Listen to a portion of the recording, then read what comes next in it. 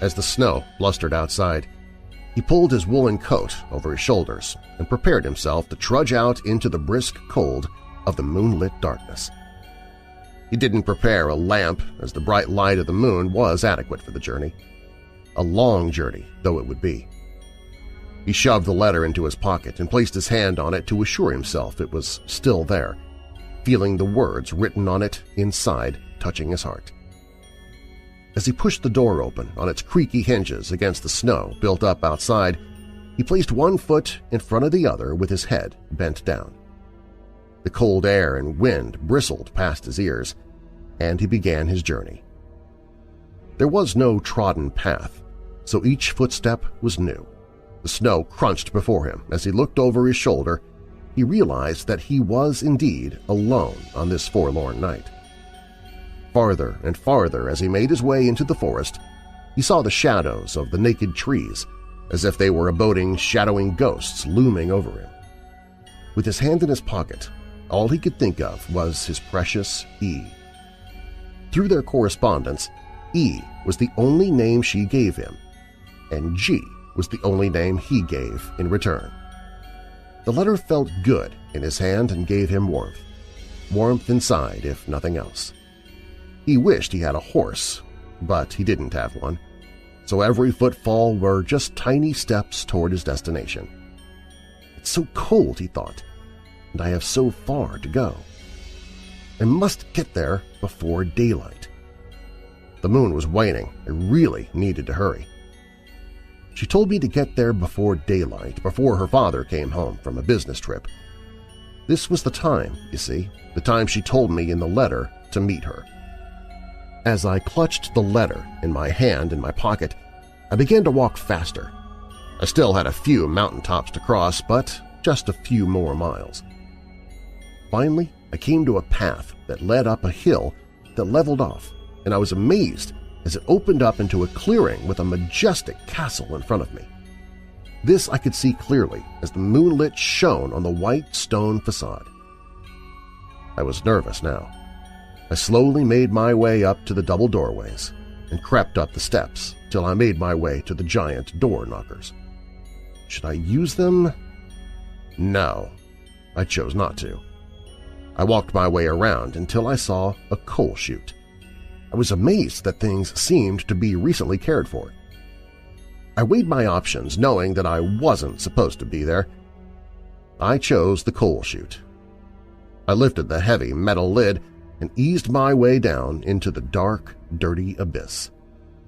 As I slid my way to the bottom and found my way to the mound of coal at the bottom, I realized I had nowhere to go but up. I tried to dust myself off, but that was impossible. I was cold and dirty and black. I looked forward and saw some stairs, narrow, dark, and dirty. I climbed the stairs until I came to a door that entered into the lower floor. As I opened the door, I was amazed to see a grand room with a fire built in the fireplace and burning. The warmth and soft glow was so inviting. I wanted to lay down right there in front of the fireplace and warm my cold and weary bones, but I knew I had to go on. Across an expansive marble floor was a spiral staircase, so inviting I could not resist. As the fire crackled, my head turned towards the stairs, and my body seemed to glide towards them without even a second thought.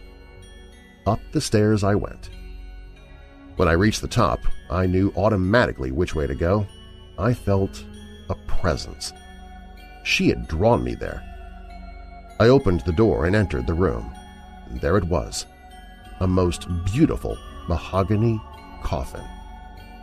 I didn't know what to do. I crept my way towards it and stared for a moment, then tapped on the top. The sun was beginning to peek up just about that time, and just as I opened the lid, there she laid, pretty as could be.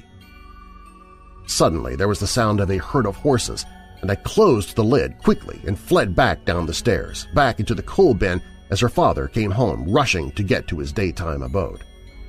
That coal is black and cold. I laid on that pile until all the sounds went away. Hours I must have laid there. all I could think about was the letter that was in my pocket, my E. I clung to it the whole time, the only warmth I had. As the sun slowly began to rise, I peeked out the tiny opening of the coal chute and saw the dew begin to rise as the sun came up, making an early morning fog. In the distance were some apple trees. I was beginning to get hungry. Should I venture out and try to get a few? No. I remember she said only come by the light of the moon. It seemed like an eternity, and I fell asleep and laid there until the sun went down again. Once I heard the horses being bridled and hitched again, comfort came over me. I reached into my pocket to remember once again why I was here. E. That's why. And I remembered that she said, "Gee, please come. Now, here I am." Why? Against every fiber in my being, why am I here? I am here because she beckons. Her father is an ominous man, worldly and intimidating. I know I should not be here. When I woke up, the sun was setting again, the light quickly drifting away. I climbed the stairs once again, past the fire that was still burning. Up the stairs and back to that box. There it was. I touched the lid. I tapped on it. Then I raised the lid. But E wasn't there. I felt in my pocket just to check for the letter to see if this was real. It was still there. Bats began to fly around my head. Bats? Are you kidding me? Where did these things come from? I swarped and swatted and tried to flail them away.